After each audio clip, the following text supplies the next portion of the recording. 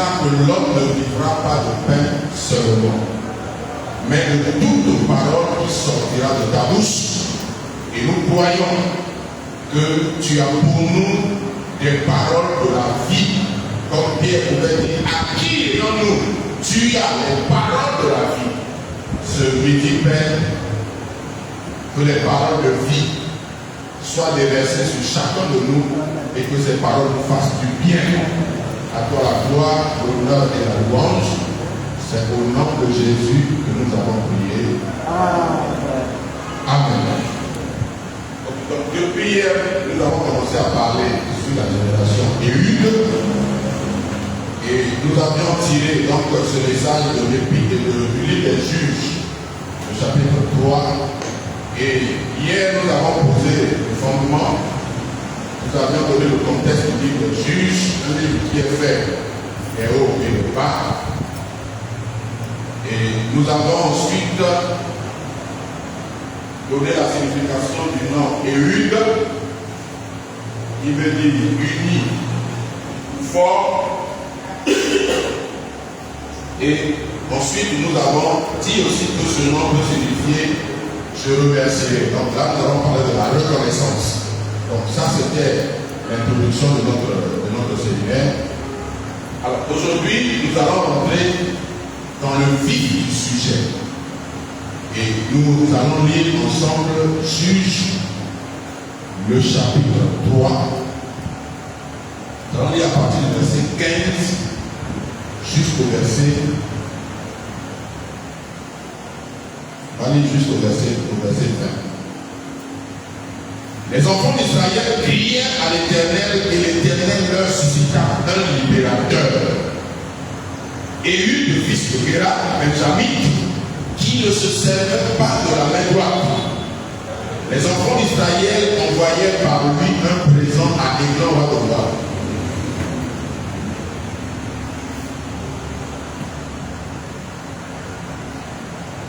Les enfants d'Israël envoyèrent par lui un présent à Églon, roi de Moab.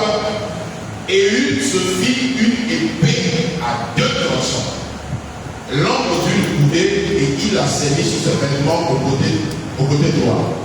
Il offrit le présent à Églon, roi de Moab.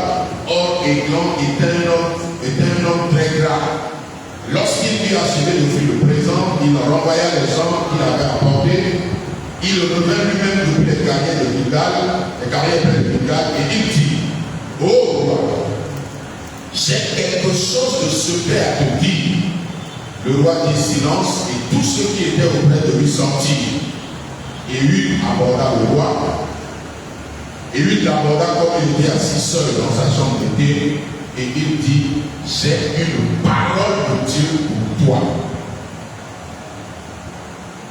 Églon se leva de son siège.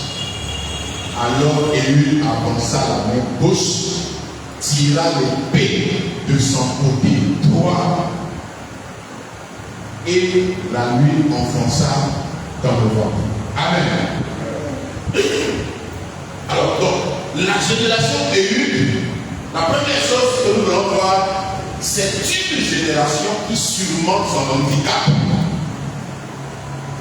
La Bible nous présente Éhude comme un homme, un libérateur, mais le paradoxe est que c'est un libérateur pas comme les autres. Ce n'est pas un homme qui avait l'aspect de quelqu'un qui pouvait libérer les gens physiquement. La Bible dit que cet homme ne se servait pas de sa main droite.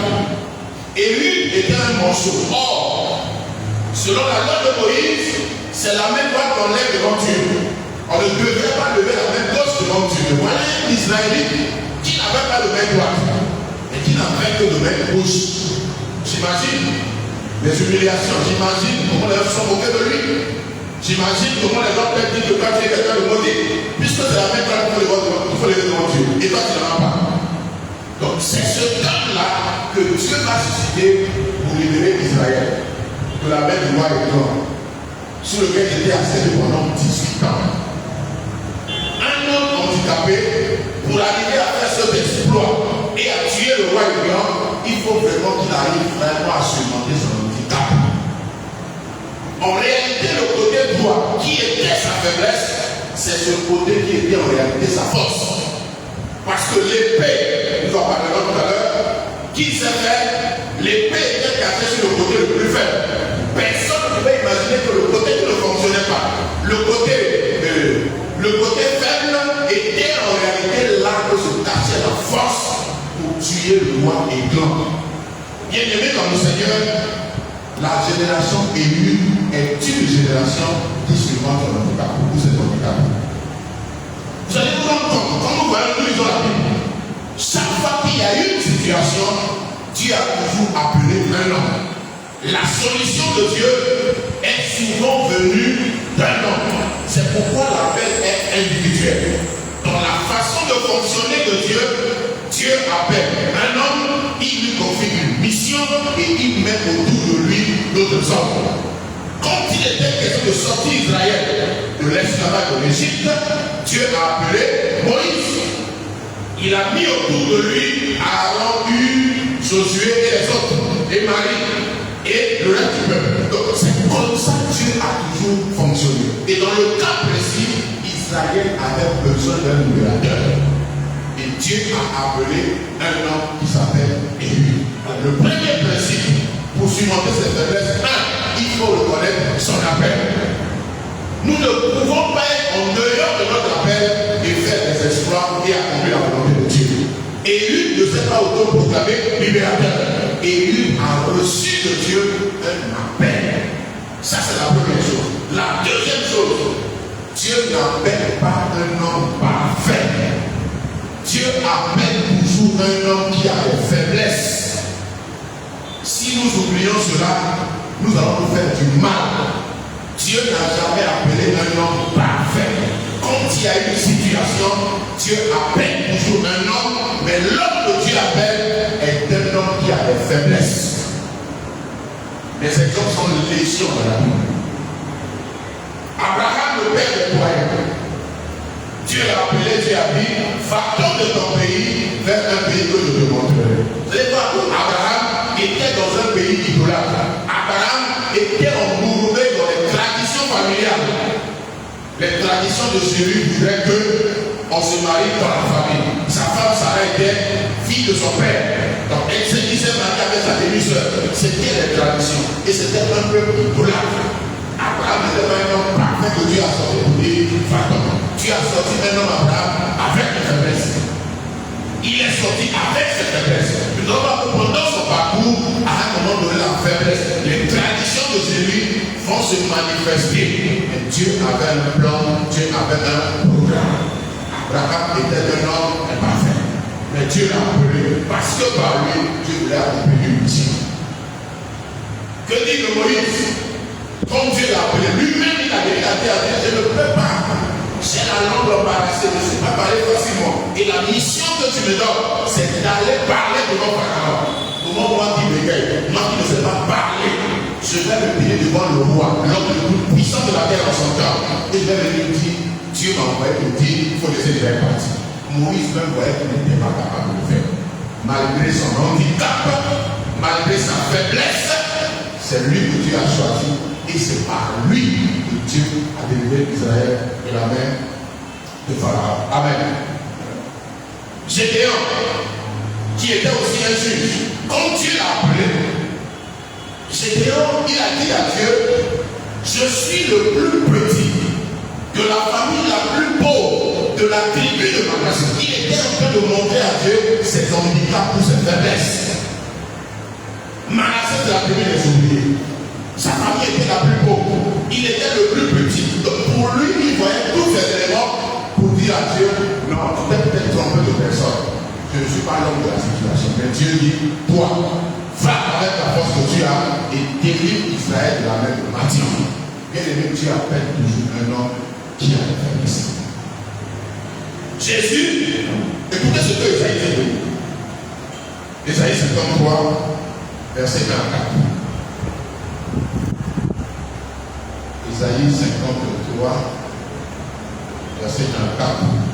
La Bible dit, qui a cru à ce qui nous a été annoncé? Il y a une nouvelle qui a été annoncée, mais qui a cru? Qui a reconnu le bras de l'Éternel? C'est une question. Il s'est d'élever devant Dieu comme une faible plante. On parle de Jésus. Donc, Dieu annonce de grandes choses. Dieu annonce la délivrance. Dieu annonce le sauveur. Mais Isaïe pose la question, qui a plu à ce qui a été annoncé? Comment on peut croire si celui qui vient pour sauver, il s'est élevé devant Dieu comme une faible plante? Et Isaïe va plus loin en disant, comme un rejeton qui sort d'une terre desséchée, il n'avait ni beauté ni éclat pour laver nos regards, et son aspect n'avait rien pour plaire. Méprisé et abandonné des hommes, homme de douleur et habitué à la souffrance, semblable à celui dont on détourne le visage. Nous l'avons dédaigné, nous l'avons fait.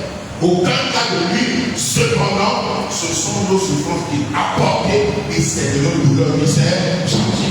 Celui qui vient pour sauver n'avait rien à plaire, il n'avait rien à tirer les regards. Il s'est élevé devant Dieu comme une faible plante.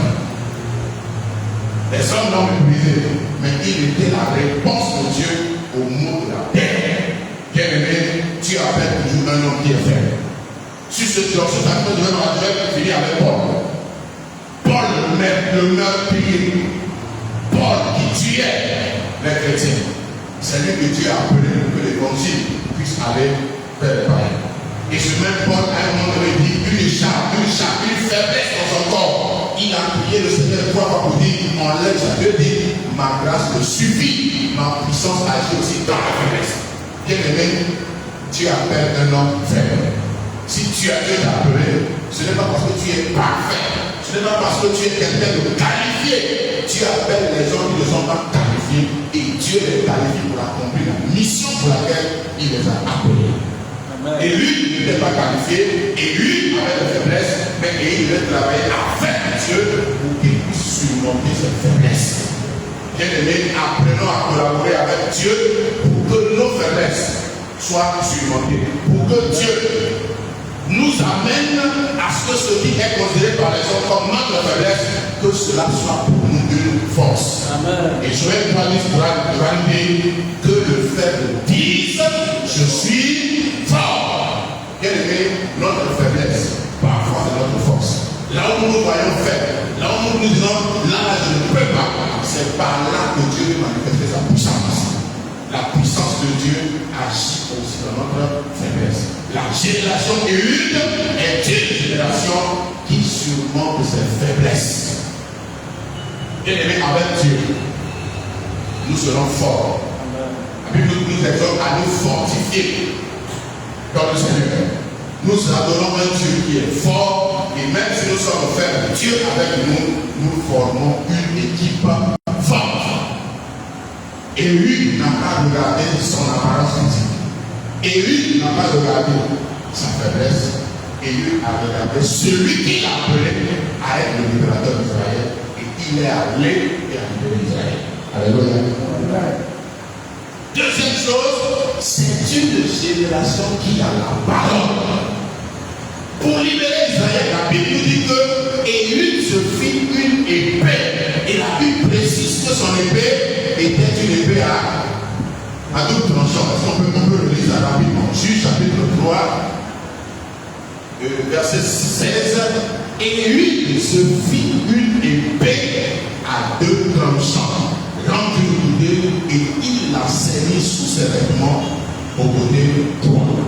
Et lui s'est fait une épée à double tranchant. Et la Bible nous dit, la parole de Dieu est plus tranchante qu'une épée quelconque à double tranchant. Donc on compare souvent la parole à une épée à double tranchant. Et la bonne nouvelle ici est que l'épée qui est la parole, Élie l'a mis sur son côté droit, sur son côté faible. Et si nous voulons surmonter nos faiblesses, il faut que nous amenions la parole de Dieu dans notre faiblesse. Élie a mis la parole exactement là où il était faible. Ce qui a fait que son côté faible est devenu son côté le plus fort. Son côté faible est devenu le côté qui va sauver tout Israël, qui va délivrer tout Israël de la servitude sur laquelle il vivait depuis 18 ans.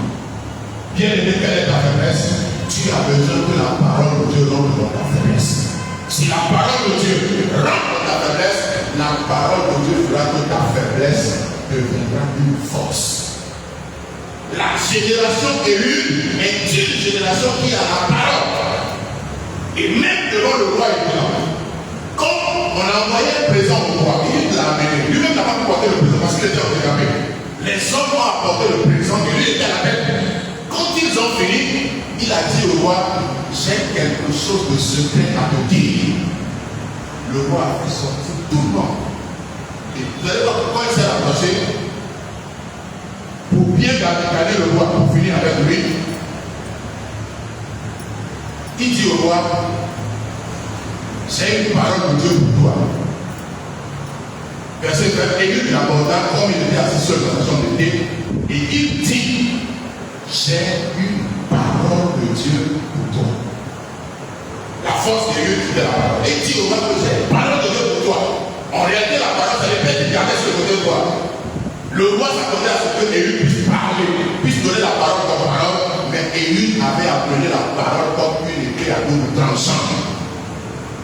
C'était la parole qui allait libérer Israël. C'était la parole qui allait proclamer la délivrance. C'était la parole qui allait mettre fin à la servitude. Élie est venu avec la parole.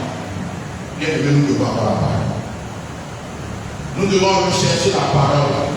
Dans les circonstances difficiles de notre vie, nous avons besoin de la parole de Dieu. Nous avons besoin que la parole sorte du trône en notre faveur. Car si la parole sort, elle ne peut pas retourner à Dieu sans avoir accompli ce pourquoi elle a été envoyée. Lui dit au roi, j'ai une parole de Dieu pour toi. La parole, son importance est à démontrer. Au commencement était la parole. La parole était avec Dieu et la parole était Dieu. En elle était la vie et elle était la lumière des hommes. La parole, c'est la vie. La parole, c'est la lumière. La parole, c'est tout ce que nous savons. Mais ce midi, je veux vous montrer qu'il y a des gens dans la Bible, lorsqu'ils ont tout perdu, la seule chose qu'ils ont gardée, c'était la parole. Et avec la parole, ils sont allés loin, ils ont accompli des exploits. Le premier exemple que je vais donner, c'est l'exemple d'Ésaü. Nous savons qu'Ésaü a perdu son droit d'aînesse. Jacob a volé son droit d'aînesse. Et quand Ésaü vient, Genèse 27, 39 à 40, quand il est allé chercher le gibier et qu'il a préparé, s'attendant à ce que son père lui bénisse, Ésaü vient, Genèse 27. Verset 39 à 40.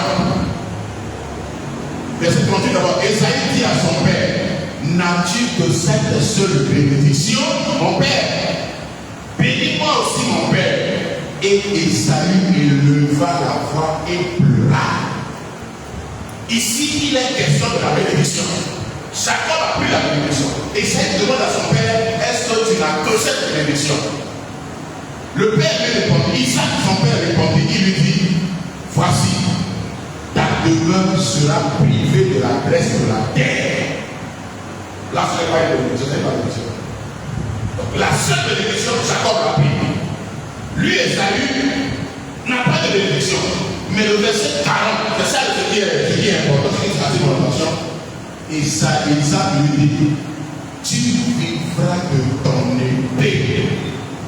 Je l'ai dit que le plus c'est un type de la parole de Dieu. Donc là où il n'y avait plus la bénédiction, là où Ésaü a perdu ce qu'il avait de plus cher, son père lui dit au moins, tu vivras de ton épée, tu vivras de la parole. Et la Bible dit, l'homme ne vivra pas de pain seulement, mais de toute parole, qui sort de la bouche de Dieu. Ésaü a tout perdu. Il a perdu son droit d'aînesse, il a perdu sa bénédiction, il a perdu la prééminence. Parce que la loi voudrait que Ésaü puisse avoir la prééminence. Quand Ésaü a tout perdu, Ésaü avait au moins son épée. Et si tu as tout perdu, si rien ne marche, tu dois garder l'épée, tu dois garder la parole. La fin de l'histoire, quand Jacob veut retourner vers Ésaü, alors dans la conception populaire et dans la conception de Jacob, j'ai volé sa bénédiction, il n'a rien.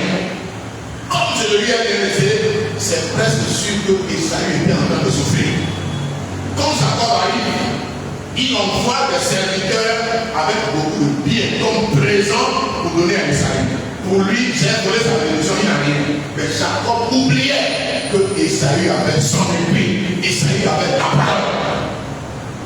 Il envoie des gens. Quand Esaü vient à sa rencontre, il lui dit, mais qui sont ces gens que tu as dit? Non, j'ai envoyé ça à mon Seigneur.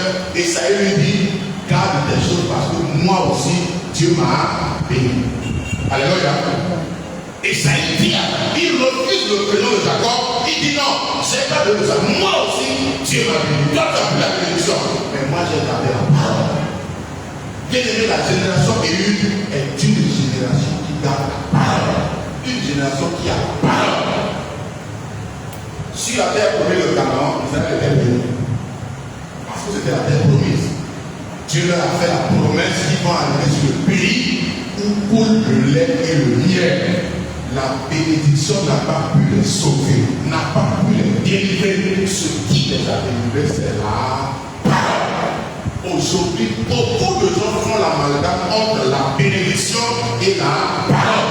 Il y a des gens, quand ils sont bénis, ils pensent qu'ils n'ont plus besoin de la parole. Ils n'ont plus besoin d'être enseignés. Ils pensent qu'ils doivent seulement vivre de leur bénédiction. Bien aimé, il y a la bénédiction, mais il y a la parole. La génération élue est une génération qui comprend l'importance de la parole. Quelle que soit la situation, cette génération garde la parole. Quelle que soit la situation, cette génération proclame la parole. Même devant le roi, Élie a eu le courage de dire, c'est une parole de Dieu pour toi. Et le roi, bien qu'il soit païen, quand il a entendu dire que c'est une parole de Dieu pour toi, le roi a changé l'attitude, le roi s'est levé et le roi a envoyé tous ceux qui étaient là.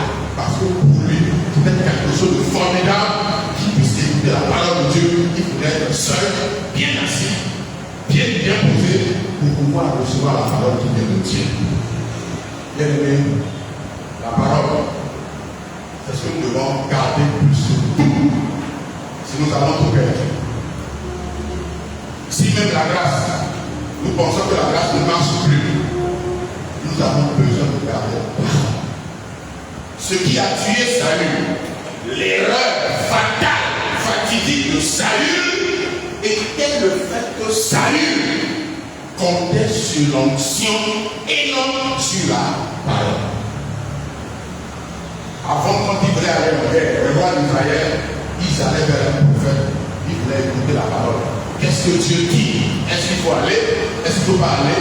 Mais Saül, avec l'onction et l'expérience des guerres qu'il a remportées, Saül a compté sur l'onction et il a oublié la parole.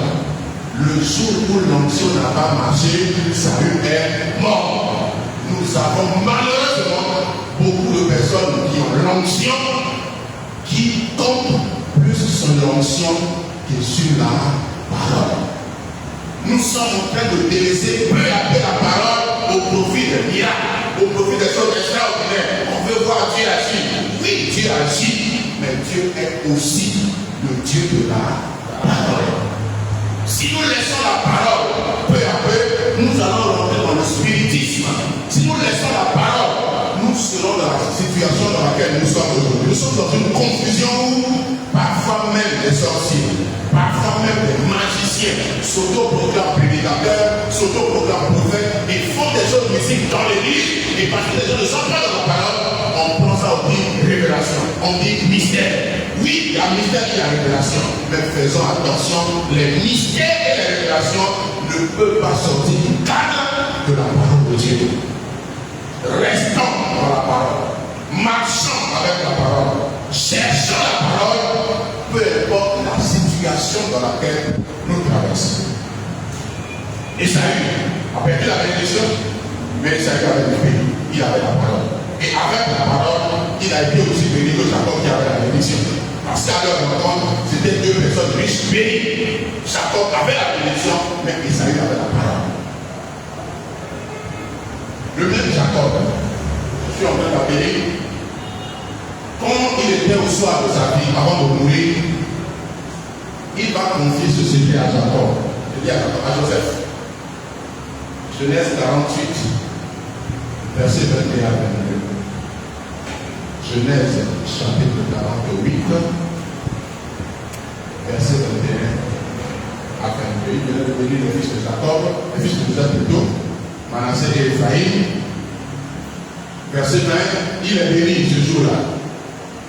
C'est par toi qu'Israël bénira en disant que Dieu te traite comme Ephraïm et comme Manassé.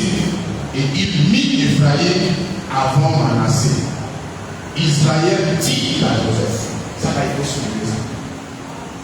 Jacob, au soir de sa vie, il était à la fin. Il a béni les fils de Jacob, de Joseph. Mais il va dire une parole à Jacob. Il dit, voici je vais mourir. Donc il sait que pour lui, c'est la fin, il a fini sa course. Mais il dit, voici je vais mourir. Mais Dieu sera avec vous. Et il vous fera retourner dans le pays de vos pères. Donc Jacob prophétise, Jacob annonce que lui veut mourir, mais Dieu va le ramener dans le pays. Pas Jacob aussi, et Joseph qui avant de mourir va dire à ses frères, Dieu va les visiter, nous lui montrer ses eaux dans leur pays. Donc il était confié à l'histoire de la paix de son père. Jacob, appelé Israël, dit à Jacob, je vais mourir, mais vous allez le mourir. Et Joseph aussi avant de mourir dit à ses frères, je vais mourir, mais mes autres allaient le demander, donc vous allez le partir. Mais le mauvais c'est il dit, je te donne plus qu'à tes frères. Très important. Il dit à Joseph que je te donne. Ce que je te donne, c'est plus que ce que j'ai donné à tes frères. Il lui donne quoi? Je te donne une part que j'ai prise de la main des Amoréens avec mon épée et avec mon arc. Ce que Joseph et Jacob donnent à Joseph, c'est une part plus grande que ses frères, mais cette part, il a pris des Amoréens avec son épée. Jacob était béni, mais il a compris que la bénédiction ne se suffisait pas. Il fallait avoir l'épée, il fallait avoir la parole. Et lui, il a compris qu'ils étaient bénis, mais dans la situation dans laquelle ils étaient, pour qu'ils soient délivrés, il fallait avoir la parole. C'est pourquoi, bien aimé, aujourd'hui, nous avons besoin de la parole. Nous avons besoin que Dieu parle sur nous, que Dieu parle pour nous, que Dieu parle par rapport à ce que nous vivons, pour que nous puissions nous en sortir. La délivrance est dans la parole. C'est pourquoi le Sauveur est venu comme la parole. La Bible dit au commencement, il était la parole, et la parole était avec Dieu, et la parole était Dieu. La parole s'est faite chair, et elle a habité parmi nous. Le Sauveur n'est pas venu sous forme d'onction, le Sauveur est venu sous forme de parole. Il fallait d'abord que la parole soit prononcée pour que l'onction puisse travailler. Il est venu sous la forme de la parole faite chair. Et après, en entendant, la Bible dit qu'il était revêtu de puissance. L'onction est venue sur la parole. Là où il y avait la parole, quand l'onction s'ajoute, la suite, c'est surnaturel, c'est signes, c'est produit et c'est miracle. Donc la vie de Jésus, le ministère de Jésus était une combinaison de la parole et du revêtement de puissance ou de l'onction. Les deux ensemble ont fait que Jésus était un homme extraordinaire. Bien aimé, tout commence par la parole. La génération élue est une génération qui a compris l'importance de la parole de Dieu. La génération élue est une génération qui marche selon la parole. La génération élue, c'est une génération qui fait toutes choses selon la parole. C'est pourquoi aujourd'hui, nous avons besoin de la parole pour que nous puissions rentrer dans notre destinée. Nous avons besoin de la parole pour que Dieu accomplisse pleinement son œuvre dans notre vie. Nous avons besoin de la parole pour que nous soyons l'homme ou la femme que Dieu veut que nous soyons. Que Dieu bénisse sa parole et qu'il nous bénisse au nom de Jésus.